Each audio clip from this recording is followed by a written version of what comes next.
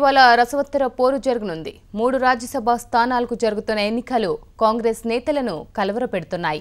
ఆఖరి నిమిషంలో మిత్రపక్షమైన NCP hand ఇవ్వడంతో కాంగ్రెస్ నేత అహ్మద్ పటేల్ గెలుపు ప్రశ్నార్థకంగా మారింది. ఎలాగైనా గెలవాలని కాంగ్రెస్ ఇతరుల ఓట్లకు గాలం వేస్తుంటే ఓడించేందుకు బీజేపీ తీవ్రంగా ప్రయత్నిస్తోంది.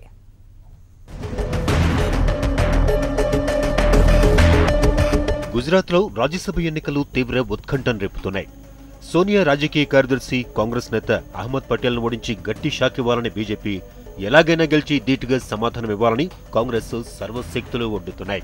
గుజరాత్లో మొత్తం 3 రాజ్యసభ స్థానాలకు ఎన్నికలు జరుగుతూ ఉండగా బీజేపీ నుంచి ఆ పార్టీ అధ్యక్షుడు అమిత్ షా, కేంద్ర మంత్రి స్మృతి ఇరానీ, బల్వంత్ సిన్హా రాజ్పుత్లు, కాంగ్రెస్ నుంచి అహ్మద్ పటేల్ బరిలో ఉన్నారు. పటేల్ విజయానికి 45 మంది ఎమ్మెల్యేలు అవసరం కాగా ప్రస్తుతం 44 మందే ఉన్నారు. మిత్రపక్షం ఎన్సీపీకి చెందిన 2 ఓట్లపై కాంగ్రెస్ ఆశలు పెట్టుకోగా చివరి నిమిషంలో ఆ పార్టీ షాక్ ఇచ్చింది. బీజేపీకి ఓటేయాలని ఎన్సీపీ ఎమ్మెల్యేలకు ఆ పార్టీ నేత ప్రఫుల్ పటేల్ సూచించారు. అయితే కాంగ్రెస్ కు మద్దతిస్తామని ఎన్సీపీ చీఫ్ శరద్ పవార్ కుమార్తె సుప్రియా సూలే చెప్పారు. మారిన పరిస్థితితో కాంగ్రెస్ ఇప్పుడు జేడీయూ, గుజరాత్ పరివర్తన్ పార్టీ ఓట్లపై ఆశలు పెట్టుకుంది. అలాగే కాంగ్రెస్ మాజీ నేత శంకర్ సింగ్ వాఘేలా వర్గం ఎమ్మెల్యేలు మద్దతిస్తారనే నమ్మకంతోనూ ఉంది.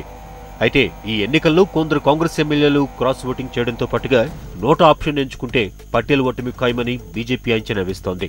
మరి ఈ ఎన్నికల్లో ఎలాంటి పరిణామాలు చోటు చేసుకుంటాయో వేచి చూడాలి.